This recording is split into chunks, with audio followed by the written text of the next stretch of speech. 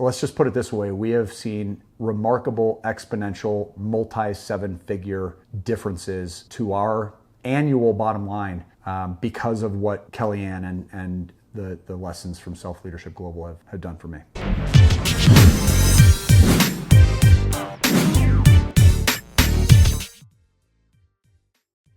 Hey guys, welcome back to SLG TV. Today we have a very special episode. This is going to be a testimonial video with my special someone, my fiance Matthew Pillmore with VIP Financial Education. We actually just got done doing a video for his channel, and I'll link to that above so that you can check out a little bit about our story and how we came to be. But Matthew and I met in 2016. Well, we met in 2015. We started dating in 2016, and then a lot's changed since then in his business and his life. So I'm gonna go ahead and have Matthew tell you a little bit about some of the things that have shifted. It's a fairly long story, goes back to 2000, so I'm gonna kind of hit just the high level points here. But started a company in 2000 with some business partners. The company evolved a lot over the first decade, and we eventually created a high-level financial coaching program for business owners, for real estate investors, and for consumers that are really trying to optimize their finances. And we learned a lot of tactics and various banking techniques that teach people how to borrow a better way and repay their debts much more quickly and save a lot in interest costs and be able to access capital to invest in their professions, their businesses, and also invest in more properties and gain kind of build portfolios of real estate and so forth. And most of our education was taught from the stage. So I was a stage trained public speaker that spoke with primarily large groups of real estate investors more than any other industry. And by 2016, I had a staff of 5 people who were responsible for getting me on 3 stages each per month. So if they were hitting their goals, they were putting me out in front of, I was on 15 stages a month and traveling every other day, which led to a lot of red eyes. It led to a lot of physical wear and tear. And frankly, I just wasn't feeling it anymore. I was burning out, and I loved my specialties. I loved what I had learned along the way, and I loved nothing more than having an impact on people. But I just wasn't going to be able to do it much longer. And there were even times where I had contemplated an exit strategy. And I never thought it would get to that point. This was, again, in around the 2015 timeline. And going into 2016, we were, like I said, busier than ever at that point when I first met KellyAnne. Yeah, I was miserable, needless to say, at that point. Yeah, I remember you saying that you were just feeling like really burnt out, you were tired, you were traveling too much, you were eating like crap. It was terrible. It was just one thing after the next, which is why you and I started talking about different opportunities and different strategies. So could you tell them a little bit about how things started to shift for you?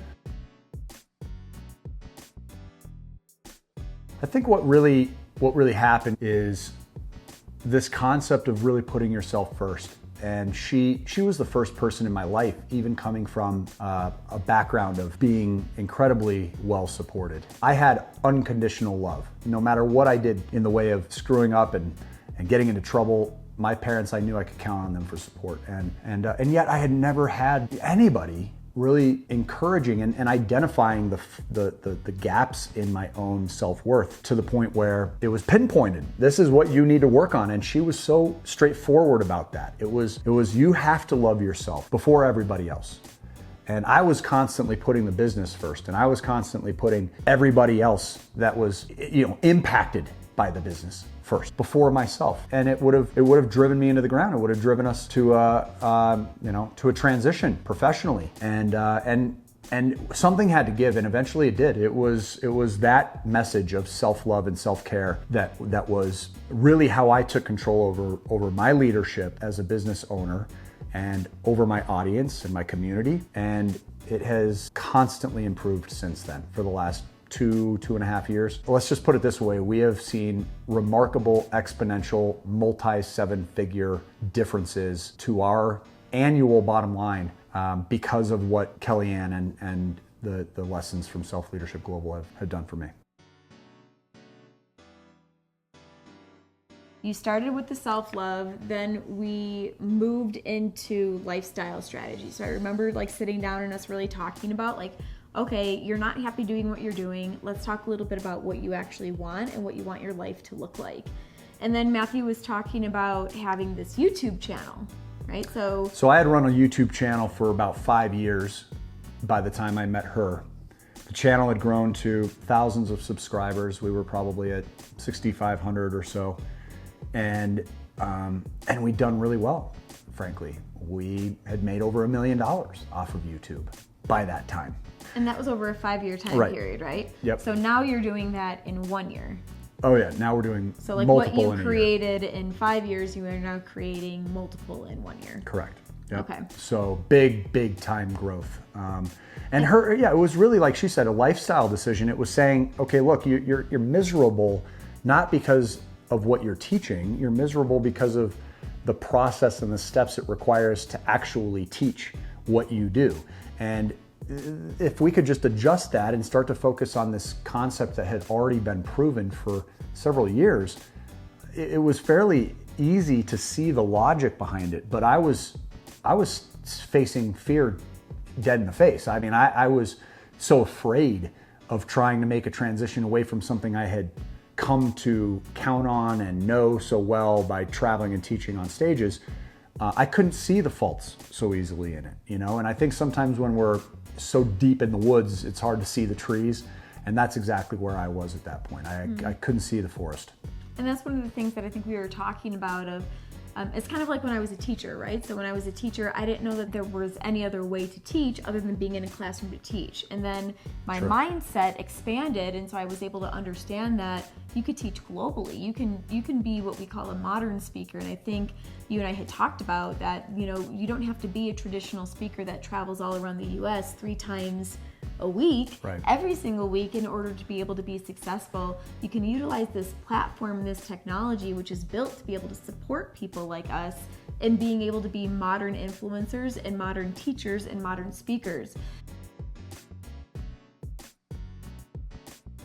Tell them a little bit about what happened when you actually made the choice to go all in on that. It was incredible. I think it was such a big part of the desire was the intention of trying to influence and help impact as many people as possible. And I had a hard time seeing past those 300 to 600 people a week I was teaching. You know, it was seemingly a lot, and yet now our channel reaches somewhere around 300,000 viewers a month, and our channel has grown to almost 150,000 subscribers at the time this video is being recorded.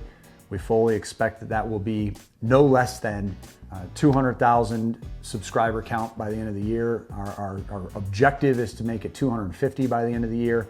It's insane. And again, I was so much in my own way because I couldn't see past this is already a large number of people. But on just the other side of, virtual reality was 300,000.